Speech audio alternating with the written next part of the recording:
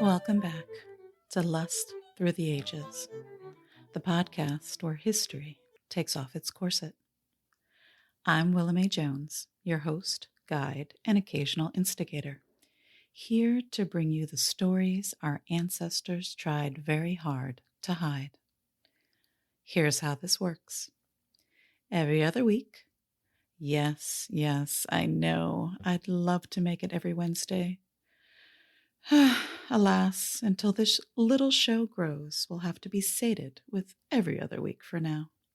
So tonight, we wander once more into the places where history gets a little wicked and literature refuses to behave. I'll start with a bit of context. That's the researcher in me. Then we'll dive into a reading from a text that dared to talk about desire. And finally, a touch of commentary on what it meant then, what it says now, and why it still makes us blush.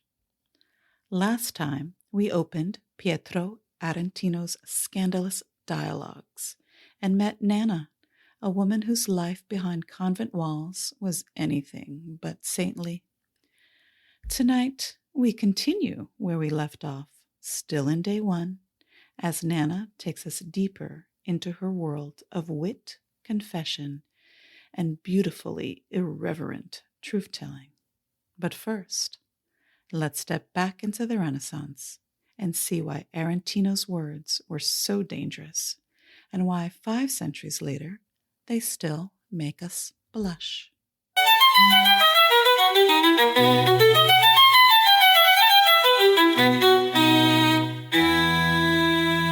Now, before we slip back into Nanna's story, let's talk about the world that shaped her and the man bold enough to write her into being. 16th century Rome was a city of contradictions. Cardinals commissioning erotic art under the guise of allegory, poets blurring prayer and passion, and of course painters turning saints into muses. And yet, beneath all that beauty, danger, because words could get you killed. Mocking the church, even indirectly, could mean prison, exile, or worse. The Inquisition was watching. Every sentence was a risk. Aretino knew that better than anyone. He had already been driven from Rome for his biting letters and his collaboration with Giulio Romano, whose Modi engravings, the positions of love, scandalize even the Pope. So when Aretino wrote the dialogues, he played a much clever game. He didn't show sin, he hinted at it. He wrapped critique in comedy, desire, and metaphor, creating plausible deniability out of laughter. It was the Renaissance equivalent of saying, I didn't mean that, unless you understood that I did. Do you remember the scene with the glass fruits from episode 1? The nuns claimed those delicate ornaments were to abate the temptations of the flesh. We knew better. Aretino's readers knew better. It was mock innocence at its finest, a stage play where chastity tools became playthings and holiness becomes performance. It's brilliant satire. Aretino wasn't writing about sex. He was writing about hypocrisy. Okay, well, yeah, he was writing about sex, but he exposed the gap between vow and behavior, between what's preached and what's practiced. And he did it with laughter, because laughter could slip past censors where accusation never would. That's the true art of saying the unsayable. Truth in plain sight, wrapped in wit, protected by irony. So as we return to Nanna and Antonia, remember, every joke carries a little danger. Every laugh hides a confession.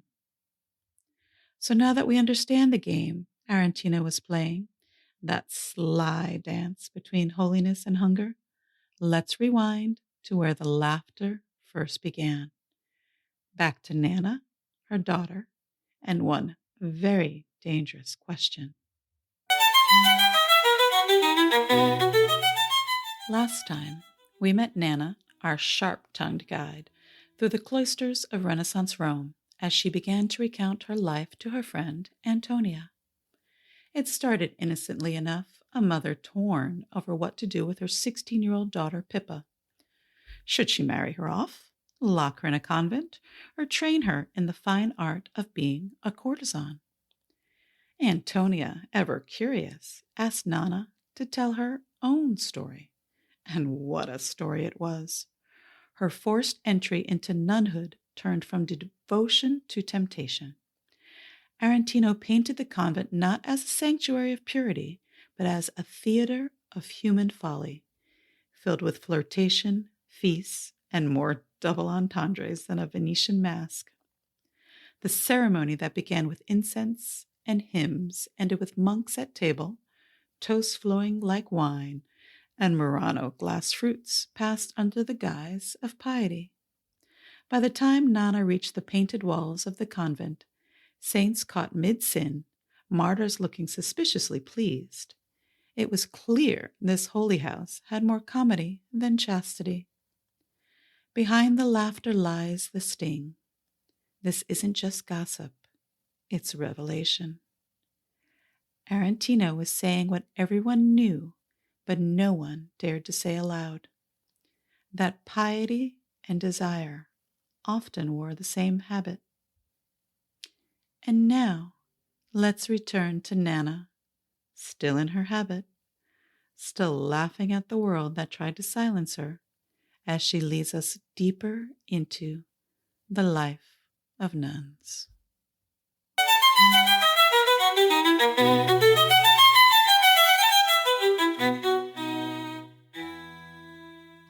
On the second wall is the story of the mute Masetto de Lampolecci, and I swear to you upon my soul the two nuns looked positively alive as they led him to the hut, while the big lout, pretending he was asleep, hoisted his murderous yard arm so high it made a sail of his shirt. Ha ha ha! We couldn't stop laughing as we watched two other nuns butt in.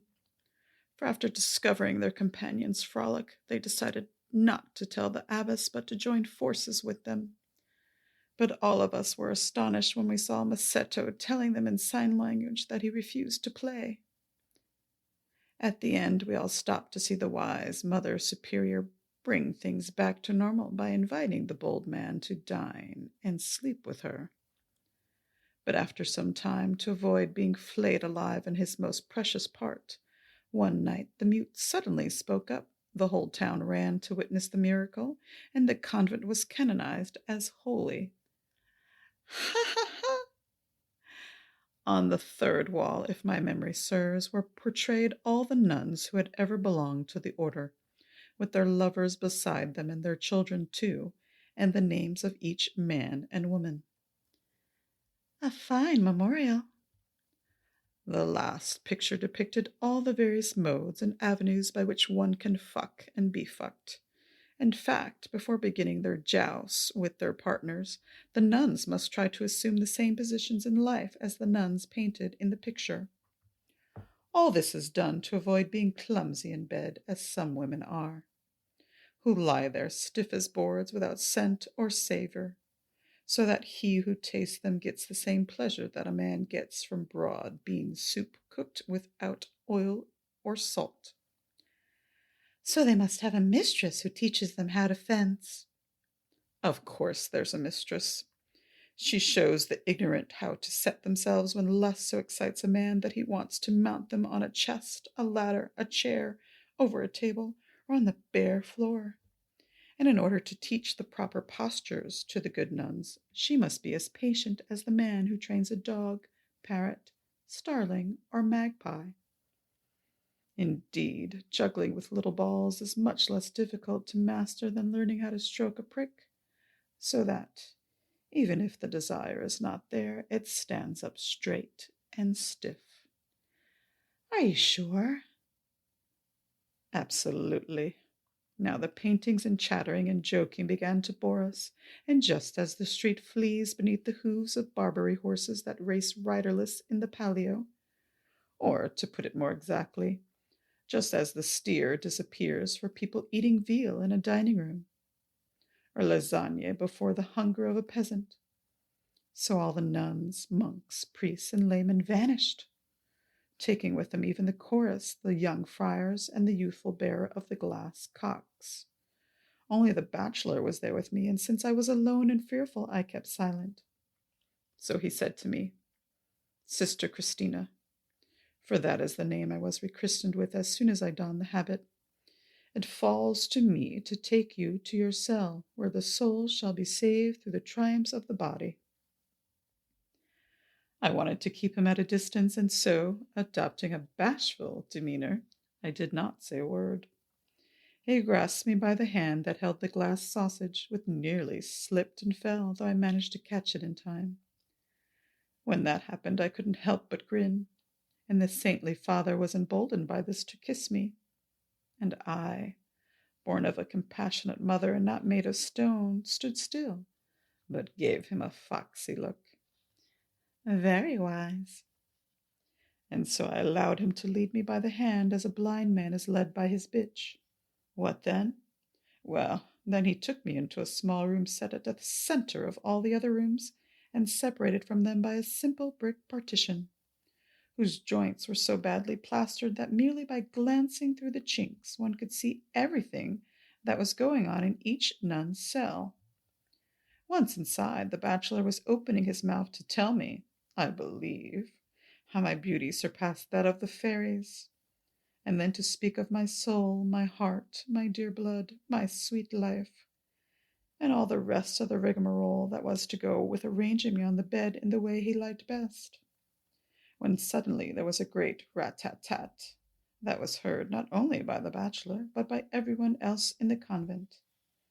It frightened them just like the sudden flinging open of a barn door frightens a horde of mice clustered around a pile of nuts, who then, bewildered by fear, can't even remember where they left their holes. That was how the whole convent behaved, bumping into each other as they dashed dazedly about trying to hide from the suffragan. For that's who it was, the bishop's suffragan, the convent's protector, who had scared them silly with his rat-tat-tat, just as a shout or the flinging of a rock will make a row of frogs perched on a riverbank with their heads sticking above the grass dive all at once into the water. And as the suffragan walked through the dormitory, he almost entered the room of the abbess, who, in company with the general, was reshaping the evening prayer to fit her nun's little office. The cellarist told us later that he had already lifted his hand to knock when he was distracted because a nun as erudite as Ancroia and as adept at the figurative chant as Bruciana of Bovi d'Antona knelt at his feet. Oh, the welcome he would have received if he had walked in, ha ha ha! But luck let herself be hauled by the forelock all through that day, I can tell you, for scarcely had the suffragan started to put his behind down. Now you're speaking properly. When here comes a canon, that is the dean, who brought the news that the bishop was on his way.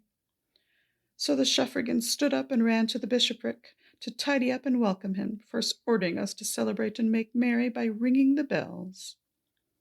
As soon as he had stepped across the threshold, everyone gradually went back to where they'd left off. Only the bachelor had to leave to kiss his reverend lordship's hand on behalf of the abbess, and all of them returning to their lovers looked like starlings flocking back to the olive tree they had just been chased from by the harsh cries of the peasant, who feels his own heart is being pecked whenever one of his olives is. I'm waiting for you to get to the heart of your story, and I feel just like a baby waiting for his wet nurse to shove her tit in his mouth. Yes, all your dawdling seems more painful to me than the day before Easter is to someone peeling eggs after fasting through Lent. So let's get to the point. I was alone now, and since I had put my love at the bachelor's disposal, not wanting to go counter to the convent's customs, I reflected on what I had seen and heard for the 5 or 6 hours I had been there. I was still holding that glass pistol in my hand, and I began to inspect it, feeling like someone who has never seen that dreadful rain spout that hangs from the roof of the church of Piazza di Popolo.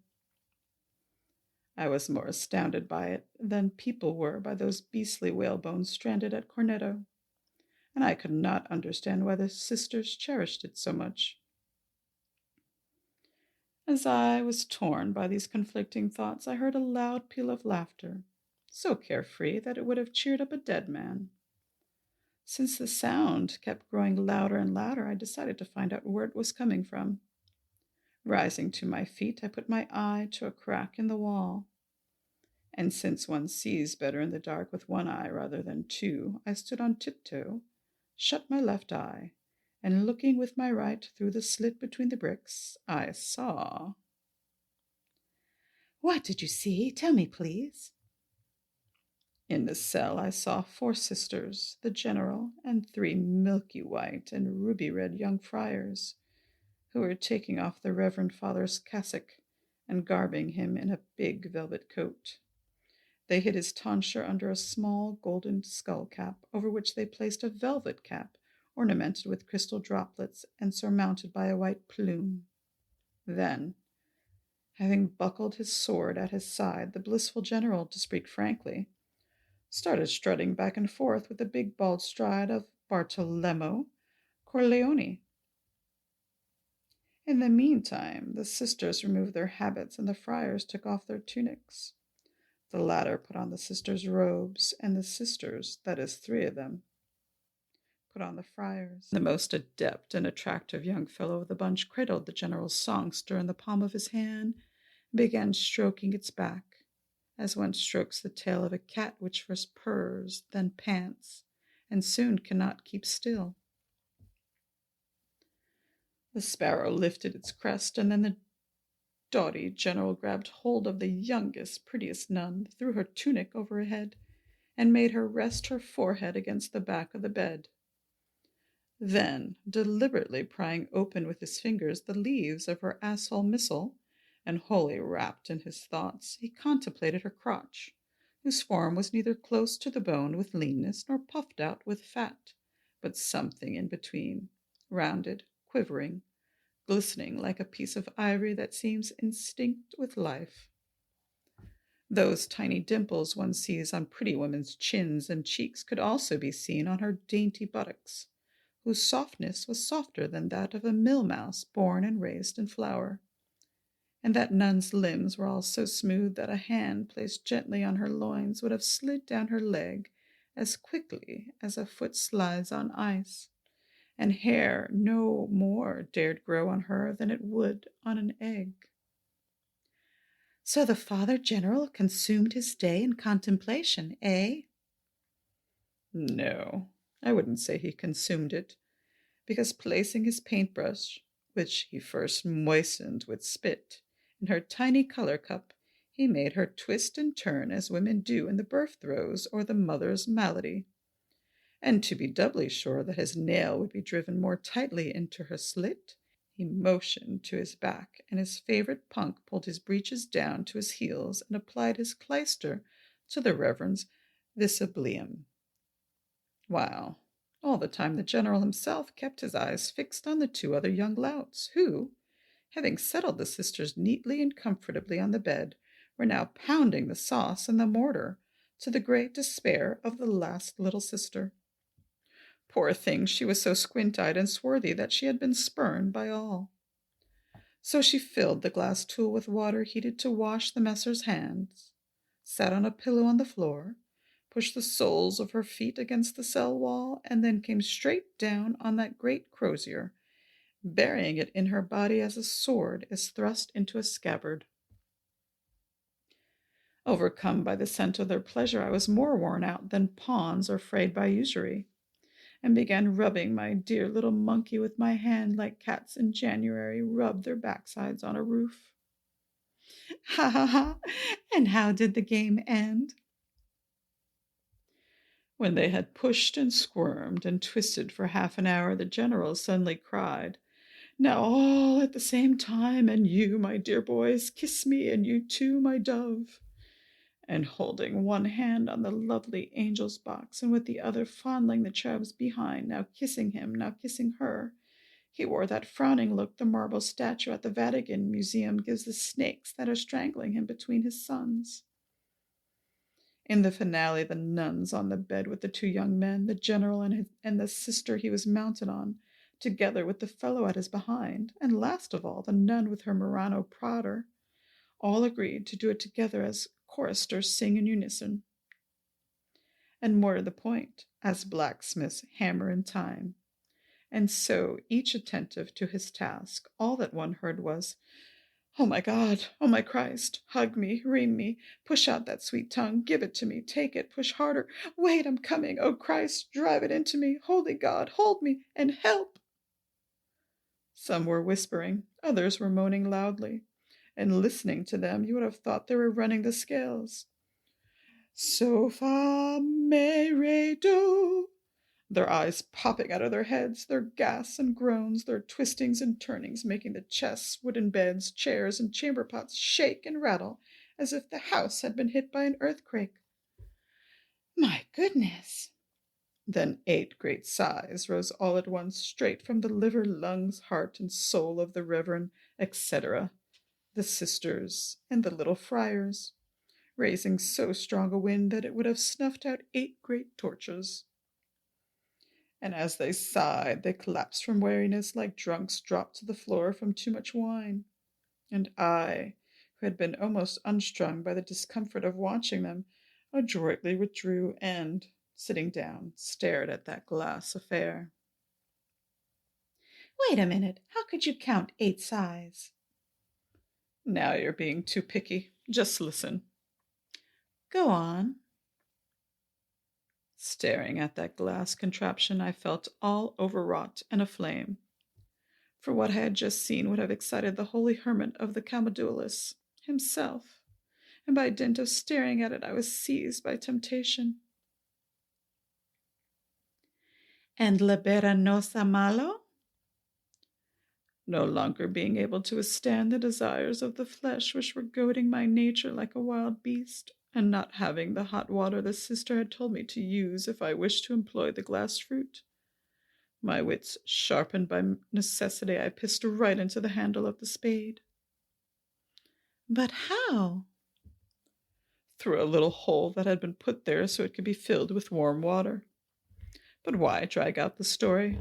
Gallantly I lifted my habit and, resting the butt end of the dagger on a box with the point stuck between my thighs, I began slowly, gently, to wear away my lust. There was a great burning and stinging under the prod of that huge roach head, so that I felt both pain and pleasure. But soon the pleasure was greater than the pain, and gradually that glass ampule came alive, and so, drenched with sweat, riding it like a true knight-errant, I shoved so hard that just a trifle more and it would have disappeared in me entirely. And as it ran deep into me, I felt that I was dying a death sweeter than a blessed life. After holding its beak down there in the soft wetness, I felt all a lather. I then drew it out, and I still had that burning sensation that bites at a man with the itch when he stops scratching his thighs. And suddenly I looked at it. It was all bloody. I was so frightened I was just about to scream. I want to confess. But why, Nanna? Why, you ask? I thought I had mortally wounded myself. I put my hand on my pretty little mouth, brought it away wet, and when I saw that it too was scarlet like a bishop's gloves on a high holy day, I began to cry and tear out the few hairs that butcher who cut them off had left me when he dressed me in church. So then I began the lamentation of Rhodes. You mean Rome, where we are now? Have it your way, of Rome.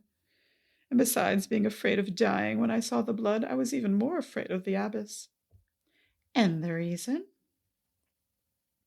The reason was that I was afraid she would discover the real cause of the blood and throw me into prison, bound in chains like a lewd woman. And even if she were to impose no other penance on me than telling the others the story of my blood, don't you think I had something to cry about? No, why? Why not? Why, all you had to do was lay the blame on the sister, whom you'd seen pretending that that glass thing was the real thing, and you would have been forgiven gratis. Yes, if the sister had bloodied herself as I had. No, the truth was Nanna was in a terrible fix, and as I sat there I heard someone banging at the door of my cell. Carefully I dried my eyes and stood up and replied, Gratia plena.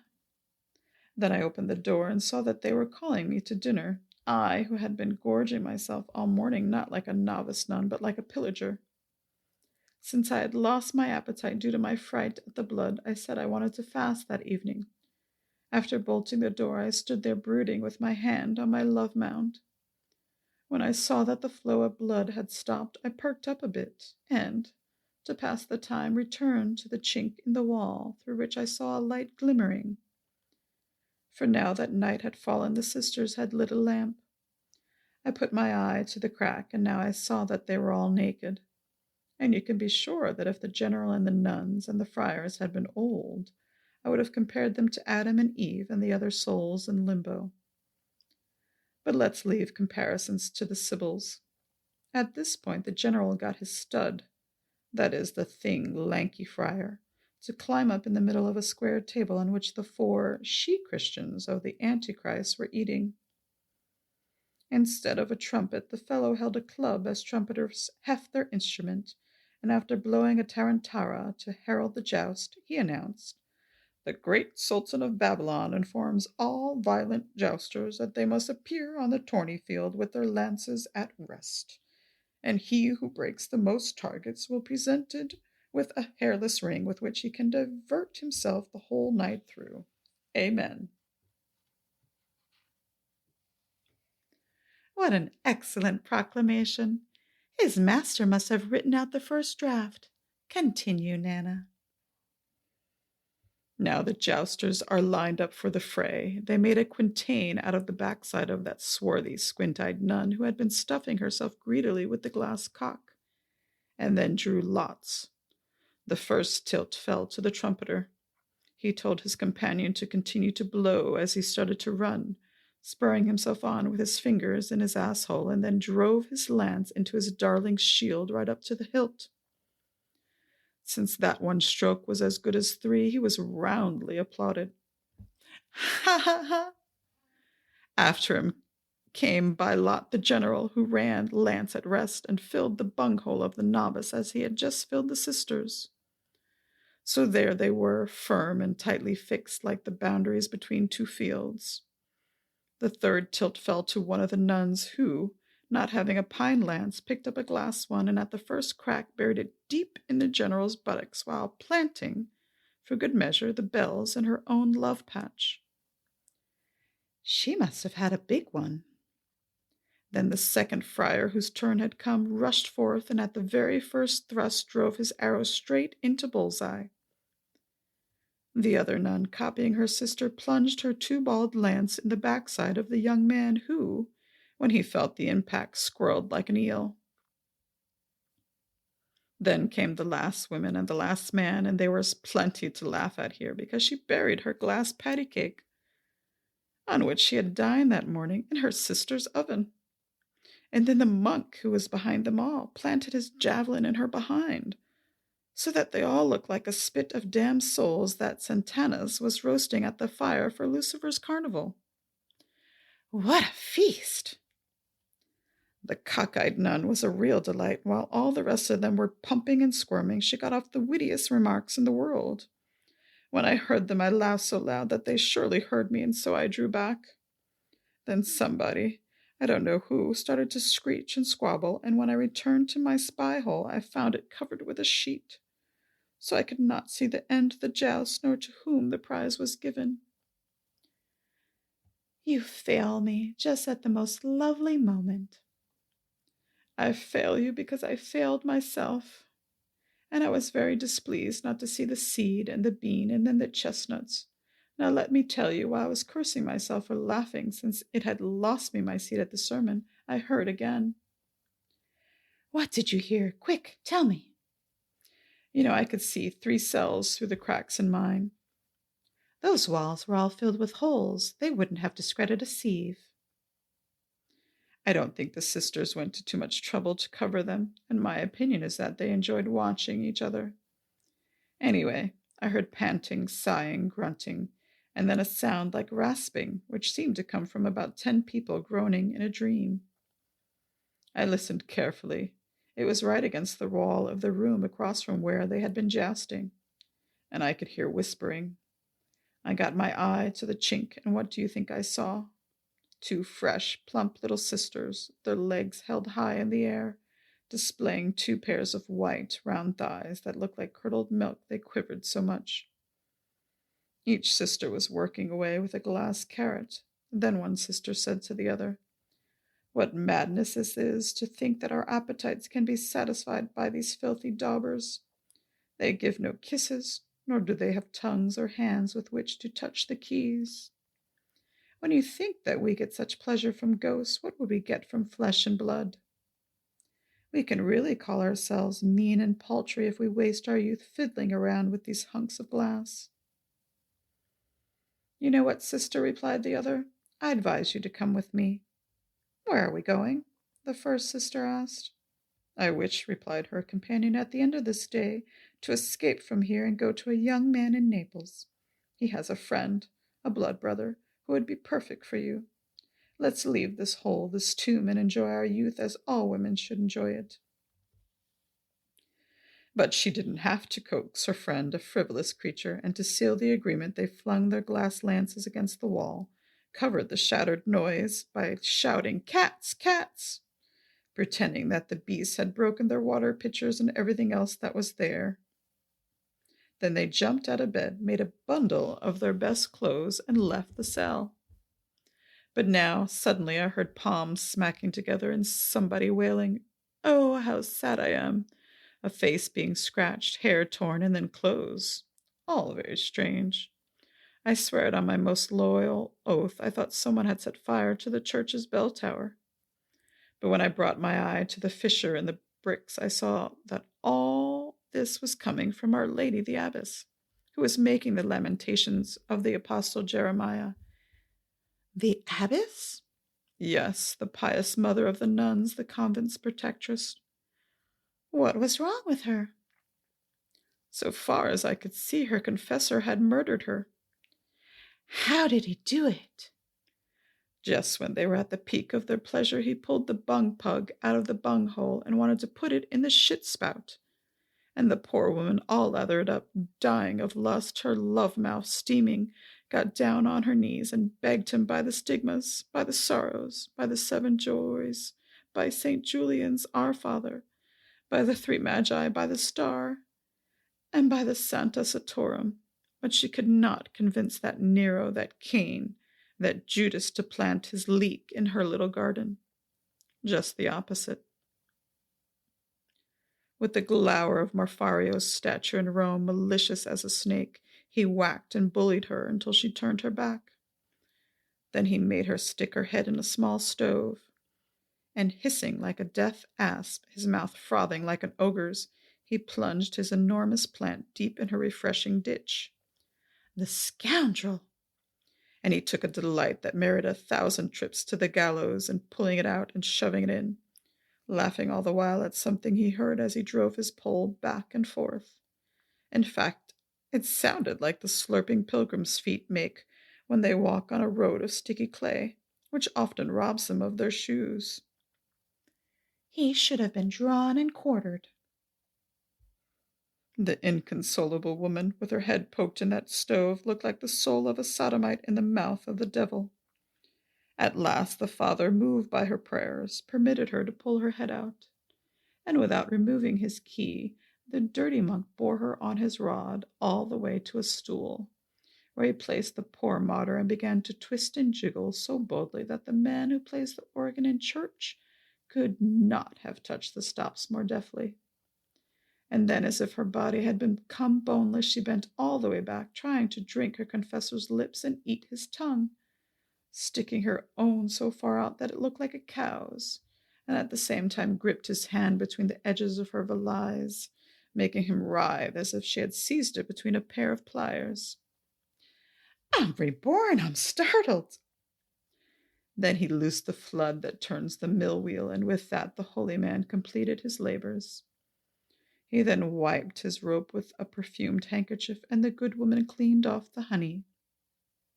A moment later they embraced again, and the greedy monk said, "Does it seem right and decent to you, my peasant, my peahen, my soul of souls, my heart of hearts, my life of lives, that your Narcissus, your Ganymede, your angel could not for once make use of your hindquarters?" And she replied, "Does it seem just to you, my gosling, my swan, my falcon, consolation of consolations, pleasure of pleasures, hope of hopes, that your nymph, your handmaiden, your comedy could not for once put your natural in her nature?" Then she dove at him and gave him a bite that left her teeth's black marks on his lips and made him let out a terrible shriek. "What pleasures!" After this, the prudent abbess grabbed the reliquary with her hand and, putting it in her mouth, kissed it gently. Then, falling in love with it, she munched it like a puppy nibbles your hand or leg, so that you enjoy his bites and it makes you laugh and cry at the same time. In the same way, the bawdy monk at Our Lady's sharp nibbling bites went wild with joy, moaning, "Oh, that's good, that's lovely." The clumsy woman, she could have taken off a piece with her teeth. While the good and charitable abbess toyed with her idol, someone tapped very softly on the door of the cell. They were both surprised and wondered what to do when they heard the faintest of whistles. They realized then that it was the confessor's novice, quickly opened the door, and in he came. Since he knew the sort of people he was dealing with, the boy did not spoil the fun. Indeed, the treacherous abbess immediately dropped the father's chaffinch and seized the boy's goldfinch by its wings, for she was dying to rub the boy's bow over her lyre. "My love," she said to the monk, "will you kindly do me a favor?" And the nasty monk said, "Gladly, what do you wish?" "I wish," she says, "to grate this cheese with my grater, but on the condition that you put your harpoon in your spiritual son's drum. And if this entertainment pleases you, we can go off at gallop. If not, we'll try several other ways, because one of them must be ours." And meanwhile, Fra Galasso had furled the sails over the boys behind, and seeing this, her ladyship had stretched out on her back, flung wide her cage, popped in the nightingale, and then pulled the whole burden down on top of her, to the immense delight of all concerned. And I need not tell you that she almost burst at the seams with such a huge mound on her belly, which she rolled and kneaded and tugged as cloth is fulled at the fuller's. At last she shot off her load, and they lay their crossbows, and the game over, I could not possibly describe the wine they guzzled and the pastries they wolfed down. How could you control your desire for a man after seeing all that fucking? I was a lather with lust after this abbatial assault, and as I was holding the glass dagger in my hand, I bet that while holding it you sniffed it as people sniff carnations. ha ha ha, I can tell you that I was horny after all the battles I'd witnessed. I emptied the cold urine from the clapper, filled it again, and sat down. Then I shoved the bean into the pod, and I would have pushed it all the way to my asshole just to try everything, since one never knows how it travels through us. You did well. I mean to say, you would have done well. So, rubbing myself along its edges, I felt quite comforted at the front door, thanks to the burnisher that was polishing my bucket. And hovering, hesitating, pondering the pros and cons, I wondered whether to take in the whole argument or only a part of it. And I truly believe that I have let the dog run into the kennel, but just at that moment I heard the confessor, fully clothed again, ask leave of the well-contented abbess to depart together with his pupil, and I rushed to hear her prattle on parting. She cooed like a baby, and grimacing and pouting said, "Oh, when will you return, my God, whom I love, whom I adore?" The father swore by the litanies and by the Advent that he would return the very next evening, and the boy, who was still buttoning up his pants, stuck his entire tongue in her mouth to say goodbye. And I heard the confessor as he left begin to hum the Pecora Campi, which is said at Vespers. What? The charlatan pretended he was saying compline, eh? You've guessed it. And as soon as they left, I heard such a thudding of feet that I realized that the jousters had also ended their day's labors, and that each was bearing home the victory, pissing their horses beforehand so that it sounded like the first rainstorm in August. I'll be damned. Now listen to this. The two sisters who had bundled up their clothes had come back to their cell. From what I could learn from their grumblings, the reason was that they had found the back door locked by order of the abbess, after whom they sent more curses than the priests will garner on Judgment Day. But they got something out of their tries, because as they went down the stairs, they had seen dozing there the muleteer, who 2 days before had entered the convent. Having designs on him, one sister said, "Go and wake him and tell him to bring an armful of firewood to the kitchen. He'll think you're the cook and he'll come quickly. Then you can point out the cell to him and tell him to carry it in here. After the brigand is inside, leave it to your little sister to soften him up." And since these words were not addressed to someone who was either deaf or dumb, she was immediately obeyed. But just at that point, I discovered another trap. What was it?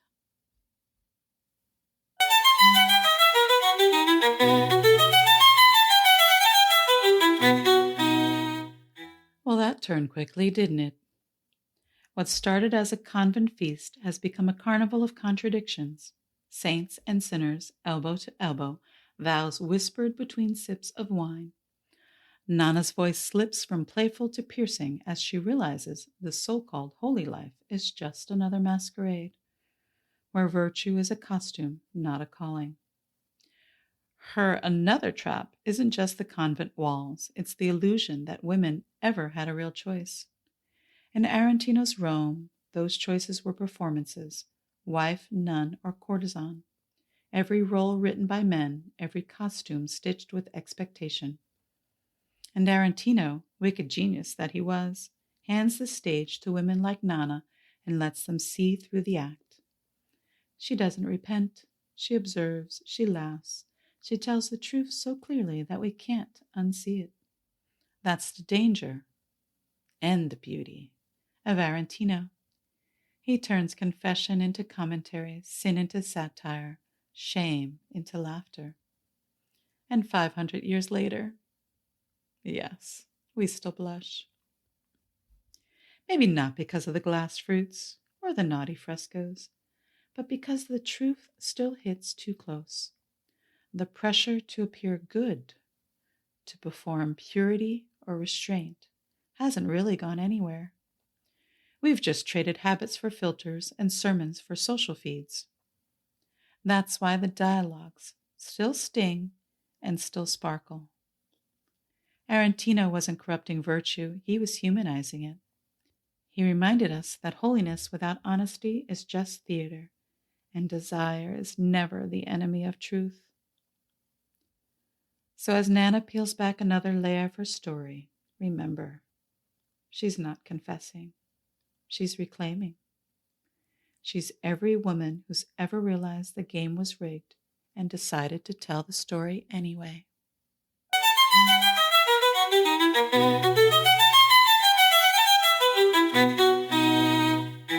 And that's where we'll pause for tonight, right in the middle of secrets, laughter, and that slow realization that not everything inside the convent is as divine as it seems.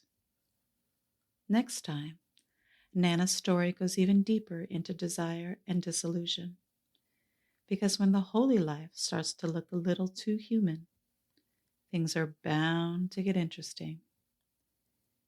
If tonight's reading stirred your curiosity, be sure to subscribe so you don't miss what's next.